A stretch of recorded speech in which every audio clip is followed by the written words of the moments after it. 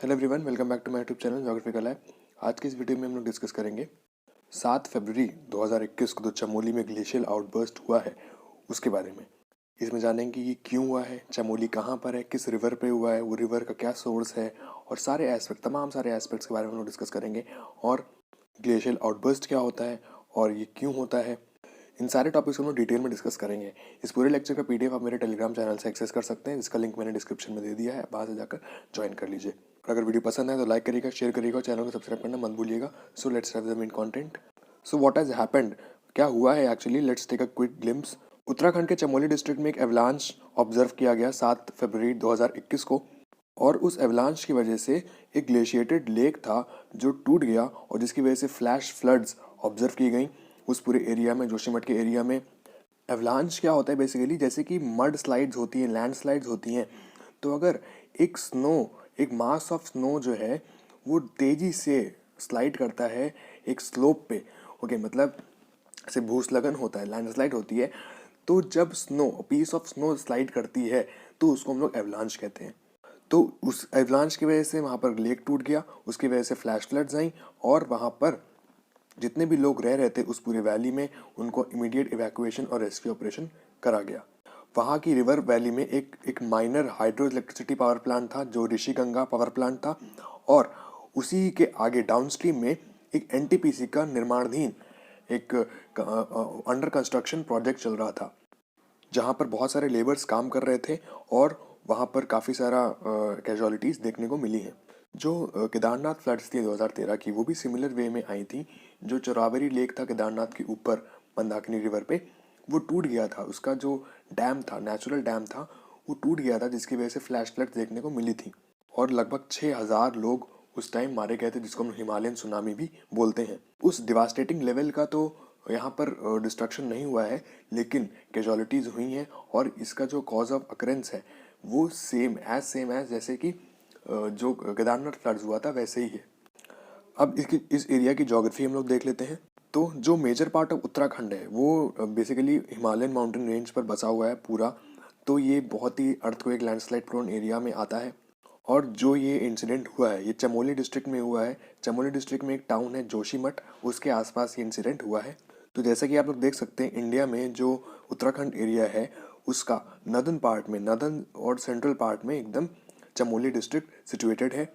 यहाँ पर जो इसका चमोली डिस्ट्रिक्ट का नॉर्दर्न पार्ट है, यहाँ पर नंदा देवी ग्लेशियर है, बहुत बड़े ग्लेशियर है यहाँ पर, और यहाँ से न्यूमरस रिवर, छोटी बड़ी स्ट्रीम्स यहाँ पर फ्लो करती हैं।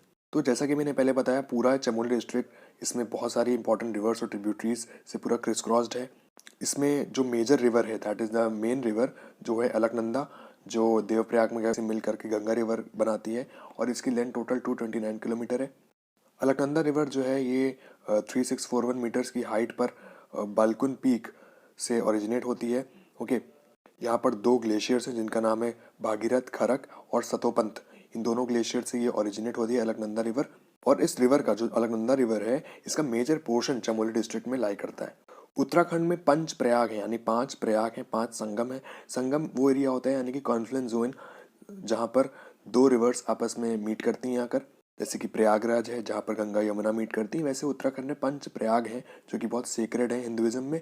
और इनके नाम है विष्णु प्रयाग जहाँ पर धौली गंगा अलकनंदा मीट करती है, उसके बाद नंद प्रयाग जहाँ पर नंदाकिनी रिवर और अलकनंदा, देन कर्ण प्रयाग जहाँ पर पिंडार गंगा और अलकनंदा, देन अगेन रुद्र प्रयाग जहाँ मंदाकिनी और अलकनंदा, और फाइनली अलकनंदा देवप्रयाग में भागीरथी से मीट करती है, और फिर वो जो नई रिवर बनी दैट मेक्स गंगा, वो गंगा फिर देवप्रयाग से उसको हम लोग गंगा बोलते हैं। तो एक बात आप ध्यान रखिएगा, जो भागीरथी रिवर है जो कि गंगोत्री ग्लेशियर से ओरिजिनेट हो रही है, वो भागीरथी नाम से ओरिजिनेट होती है, और जब वो देवप्रयाग में अलकनंदा से मीट करती है तब उसका नाम गंगा पड़ता है, उसके पहले वो भागीरथी रिवर होती है।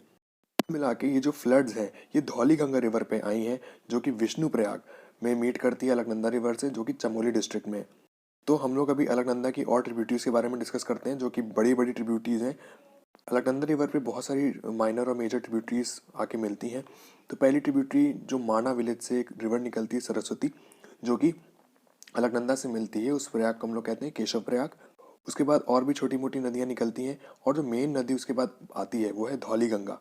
जिस नदी पे ये डिजास्टर आया है, धौलीगंगा जो है वो विष्णु प्रयाग में मीट करती है अलकनंदा से जोशीमठ के पास। और ये जो धौलीगंगा है इसका ओरिजिनेशन कहाँ होता है, नीति पास के पास कामेट ग्रुप ऑफ पीक्स है, कामेट 1 कामेट 2, ठीक है, वहाँ से ओरिजिनेट होती है। और जब ये आती है तो धौलीगंगा में दो और ट्रिब्यूटरीज आती हैं जिसका नाम है गृथी गंगा और ऋषि गंगा। जो ऋषि गंगा रिवर है बहुत इंपॉर्टेंट है, इसी पे हाइड्रो इलेक्ट्रिसिटी पावर प्लांट जो बन रहा था उसको इस पूरी फ्लैश फ्लड ने डिवास्टेट किया है। सो कुल मिला के आपको ध्यान रखना है कि Bhagirathi is a major stream और उसकी ट्रिब्यूटरी, भागीरथी की ट्रिब्यूटरी है अलकनंदा, देन अलकनंदा की ट्रिब्यूटरी है धौलीगंगा जो कि विष्णुप्रयाग में मिलती है आकर अलकनंदा से। और धौलीगंगा की दो ट्रिब्यूटरीज हैं, गृथी गंगा और ऋषि गंगा। और ये जो हाइड्रो इलेक्ट्रिसिटी पावर प्लांट जो कि एक माइनर पावर प्लांट था जो कि डिवास्टेट हुआ है, जो कि डिस्ट्रॉय हुआ है, वो ऋषि गंगा रिवर पर बन रहा था। फर्दर अगर हम लोग आगे बढ़ेंगे तो नंद प्रयाग पे नंदाकिनी रिवर और कर्ण प्रयाग पर पिंडारी गंगा रिवर अलकनंदा से मीट करती हैं। तो ये जो पंच प्रयाग है इनको प्रॉपर आप याद कर लीजिएगा, ये बहुत इंपॉर्टेंट है, कॉम्पिटिटिव एग्जाम में बहुत बार पूछे जाते हैं। तो हम लोग देखते हैं कि ये जो फ्लैश फ्लड्स आई हैं इसका रीज़न क्या है, क्यों इतनी तेज़ी से पानी नीचे गिरा और क्यों वहाँ पर लेक बना था और क्यों वो लेक टूट गया जिसकी वजह से पानी आया, फ्लैश फ्लड्स आई। तो सबसे इंपॉर्टेंट बात, इस पूरे इवेंट को हम लोग एक टर्म देते हैं जिसका नाम है glacier lake outburst floods, gloves जिसको बोलते हैं, जिसमें ग्लेशियर लेक के फटने से या टूटने से, उसका बांध टूटने से फ्लैश फ्लड्स आती हैं। तो बेसिकली ग्लोव्स जो होते हैं they occur from an unstable natural dam from by a glacial retreat. तो इस प्रोसेस को आप समझिए बहुत अच्छे से। देखिए जो ग्लेशियर होता है, पहली बात तो ग्लेशियर क्या होता है, glacier is a large body of moving ice, okay, लेकिन वो जो आइस है वो बहुत तेजी से नहीं चल रहा है, that is moving very slowly. तो जैसे कि जो ऊपर वाला फिगर है इसमें आप देख सकते हैं जितना भी वाइट पोर्शन है ये पूरा एक ग्लेशियर है, ओके। तो ग्लेशियर का मूव करने का मतलब ये होता है ग्लेशियर रिट्रीट करता है, मतलब जहाँ पर ग्लेशियर है, जैसे यहाँ पर ग्लेशियर डिपॉजिटेड है, कुछ समय बाद ये पीछे हो जाएगा, रिट्रीट मतलब वापस पीछे चला जाएगा। और वो पीछे क्यों जाता है, मेल्टिंग की वजह से या किसी और वजह से स्नो मेल्ट हो गई और ग्लेशियर पीछे हट गया। तो जब ग्लेशियर रिट्रीट हो गया, जब ग्लेशियर हट गया वहाँ से, तो उस पूरे एक डिप्रेशन लाइक स्ट्रक्चर बन गया, जैसे कि आप फिगर 2 में देख सकते हैं कि पहले तो वहाँ पर बर्फ़ जमी हुई थी लेकिन वो बर्फ़ रिट्रीट हुई, ग्लेशियर रिट्रीट हुआ जिसकी वजह से वहाँ पर एक डिप्रेशन बन गया, एक गड्ढा टाइप का बन गया जिसमें पानी मेल्ट होके आया या बारिश हुई जिसकी वजह से वहाँ पर एक बड़ा सा लेक का फॉर्मेशन हो गया। और इस लेक को हम लोग कहते हैं एक glacial lake, this lake is known as a glacial lake. और जब ग्लेशियर मूव करता है तो वो अपने साथ साथ कुछ पार्टिकल्स लाता है जिसको हम लोग मोरेन्स कहते हैं। और उन मोरेन्स को वो या तो साइड में डिपॉजिट करता है या नीचे अपने बेड पे डिपॉजिट करता है या जहाँ ग्लेशियर खत्म हो रहा है मतलब एकदम टर्मिनल वहाँ पर डिपॉजिट करता है। तो जो मोरेन्स होते हैं ये लेटरल मोरेन्स या टर्मिनल मोरेन्स, ठीक है, तो ये इतने टाइप के मोरेन्स होते हैं। और इस मोरेन के डिपोजिशन की वजह से एक नेचुरल डैम लाइक स्ट्रक्चर बन जाता है जो कि इस लेक के पानी को रोक कर रखता है। और ये जो लेक्स हैं, जो मोरेन के डैम बने हैं, ये जो लेक्स बन गए हैं अब, ये धीरे धीरे करके कमज़ोर होने लगते हैं, वीक होने लगते हैं। और वीक कैसे होते हैं, अगर लेक का पानी राइज हो रहा है, ग्लोबल वार्मिंग की वजह से आइस ज़्यादा मेल्ट हो रही है, लेक का पानी राइज हो गया या ज़्यादा फ्लड आ गई, ये सॉरी ज़्यादा बारिश हो गई, टोरेंशियल रेनफॉल हो गई, जैसे जैसे कि केदारनाथ के केस में हुआ। जो चोरावरी लेक था उसमें उस दिन रात में बहुत तेज बारिश हुई, तो एकदम टोरेंशियल रेन हुई थी, क्लाउड बर्स्ट हुआ था जिसकी वजह से जो लेक था चोरावरी लेक वो ओवरफ्लो हो गया और उसका जो नेचुरल मोरेन का डैम बना था वो टूट गया।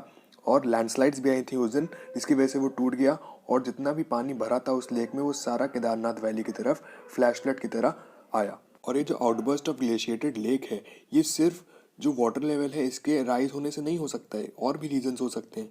जैसे कि इस केस में एवलांश आया जिसकी वजह से एक स्नो पीस स्लाइड करके आया होगा और डैम टूट गया होगा, या फिर जैसे केदारनाथ के केस में क्या हुआ था, एक लैंडस्लाइड आई थी जिसकी वजह से उसका डैम टूट गया था।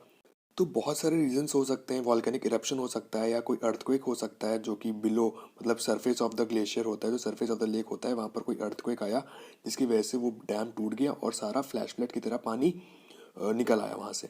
और तेज़ी से जो वैली है, जो फॉलोइंग वैली है, जो रिवर है, वहाँ पर तेज़ी से पानी आया और वहाँ पर डिस्ट्रक्शन कर दिया। तो ये तो था बेसिकली कॉज कि किस वजह से ये ग्लेशिएटेड जो आउटबर्स्ट होते हैं, ग्लोव्स होते हैं, ये क्यों होते हैं। तो अगर समराइज करें तो क्या है मतलब इसका कि कोई भी ग्लेशियर है जब वो बिकॉज ग्लेशियर एक मूविंग आइस से बहुत एक्सटेंसिव होते हैं और वो रिट्रीट करते हैं, मतलब पीछे चलते हैं। पीछे मूव करने का वजह क्या होता है, जब वो मेल्ट करते हैं तो वो रिट्रीट करते हैं।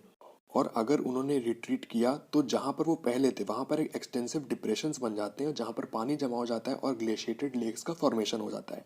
और क्योंकि जब ग्लेशियर्स मूव करते हैं तो अपने साथ टाइनी पार्टिकल्स लेकर आते हैं जिनको हम लोग मोरेन्स कहते हैं।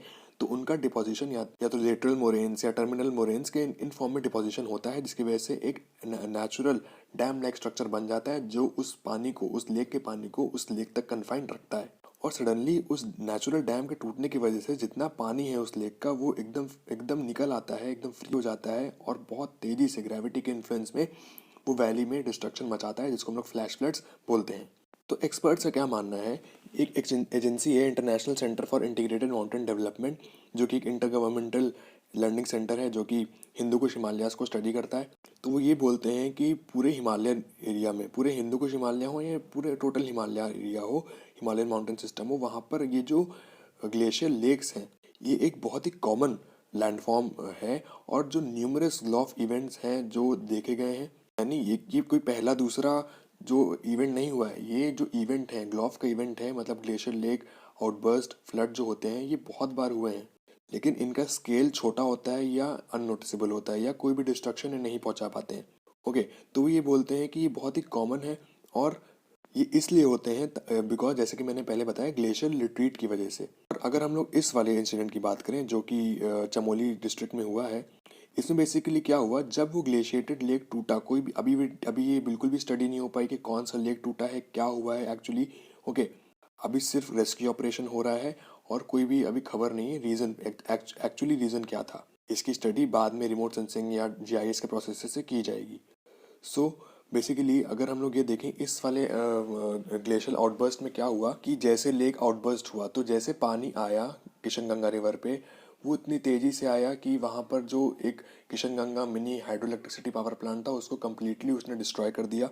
और फिर 4-5 किलोमीटर डाउन स्ट्रीम उसी नदी पे एक एरिया है जिसका नाम है तपोवन। वहाँ पर एनटीपीसी यानी कि national thermal power corporation limited, इसका एक प्रोजेक्ट कंस्ट्रक्शन था, अंडर कंस्ट्रक्शन था, जहाँ पर लगभग 150 वर्कर्स काम कर रहे थे। और इतनी तेज पानी आया उसको मॉनिटर नहीं कर सके और वो पूरा कंस्ट्रक्शन साइट एकदम डिस्ट्रॉय हो गई। वो पूरा पानी फ्लैश फ्लड उसको अपने साथ बहा के लेके चली गई, जिसकी वजह से लगभग 100 से 110 लोग अभी तक मिसिंग है as per the videos recorded. आगे के जो सिटीज़ थे जहाँ पर अलकनंदा बह रही है, चाहे वो देवप्रयाग हो चाहे हरिद्वार ऋषिकेश, उन सब पे रेड अलर्ट जारी कर दिया गया था। और साथ ही साथ उत्तर प्रदेश में जो मेन सिटीज़ हैं जहाँ पर गंगा जाती है, चाहे वो कानपुर हो चाहे कन्नौज हो वाराणसी हो, वहाँ पर भी एकदम हाई अलर्ट कर दिया गया और कंस्टेंटली जो है रिवर वाटर लेवल की जो मॉनिटरिंग है उसको की जा रही है। उत्तराखंड में एक इंस्टीट्यूट है जीवी Pant institute of Himalayan environment and development, जिसके एक साइंटिस्ट संदीपन मुखर्जी, उन्होंने ये बोला है कि ये बहुत ही अनयूजुअल फिनोमिना है कि इस टाइम विंटर्स के टाइम, ऑलमोस्ट विंटर्स चल रहे हैं अभी नॉर्थ इंडिया में, विंटर्स के टाइम ऐसा देखने को मिल रहा है। ज़्यादातर ये जो फिनोमिना है ये मानसून टाइम में जब बारिश होती है, बहुत तेज टॉरेंशियल रेनफॉल्स होती हैं, तब देखने को मिलता है। विंटर्स में बेसिकली जो रेनफॉल होती है, स्नोफॉल होती है, रेनफॉल होती है, उसकी वजह से जितने भी स्ट्रक्चरल इश्यूज हैं ग्लेशियर में वो सब फिक्स हो जाते हैं। बिकॉज गर्मियों में जितना भी ग्लेशियर मेल्ट हुआ और ठंडक में स्नोफॉल हो गई, तो जितना भी स्नो मेल्ट हुआ वो रिप्लेनिश हो गया। ओके, तो इस वजह से ये बोलते हैं कि ये बहुत ही अनयूजुअल फिनोमेना है इस सीज़न में। लेकिन वो ये भी मानते हैं कि इस साल स्नोफॉल थोड़ी कम हुई है। ओके, तो ये एक रीज़न हो सकता है इस इवेंट के होने की वजह से, बिकॉज हो सकता है स्नो एकदम जो है वो रिप्लेनिश नहीं हुई हो, जिसकी वजह से ये इवेंट हुआ। हालांकि ये बिल्कुल भी स्पेकुलेशंस हैं, ये एक अनुमान लगाया जा रहा है कि ये हुआ होगा, लेकिन कोई भी एक ठोस सबूत अभी नहीं मिला है। जब रेस्क्यू ऑपरेशन खत्म हो जाएगा तब इसकी प्रॉपर स्टडी की जाएगी, तब पता चलेगा इसका एक्चुअल रीज़न क्या है। लास्टली हम लोग ये डिस्कस करते हैं कि क्या एक ये वार्निंग है नेचर के द्वारा। जैसा कि हम लोग ये जानते हैं कि जो हिमालयन माउंटेन सिस्टम है या कोई भी माउंटेन इकोसिस्टम है, वहाँ पर चाहे वो इतना ज़्यादा वेरिएशंस होता है एल्टीट्यूड में, स्लोप में, सन के ओरिएंटेशन में, कि वहाँ के इकोसिस्टम में क्लाइमेट का एक बहुत इंपॉर्टेंट रोल होता है।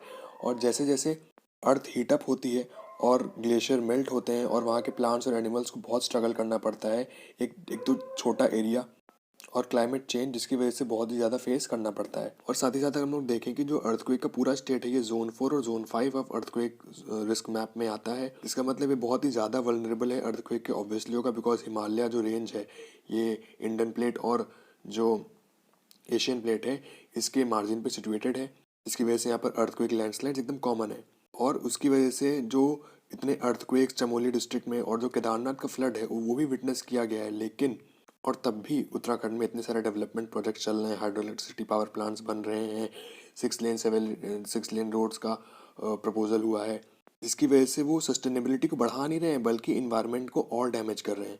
तो अगर प्रॉपर असेसमेंट के बाद, प्रॉपर स्टडी के बाद अगर कोई प्रोजेक्ट किया जाए, उसका क्या रिस्क फैक्टर है, क्या वल्नरेबिलिटी एनालिसिस करने के बाद तब किया जाए अगर, तो वो ज़्यादा बेहतर होगा।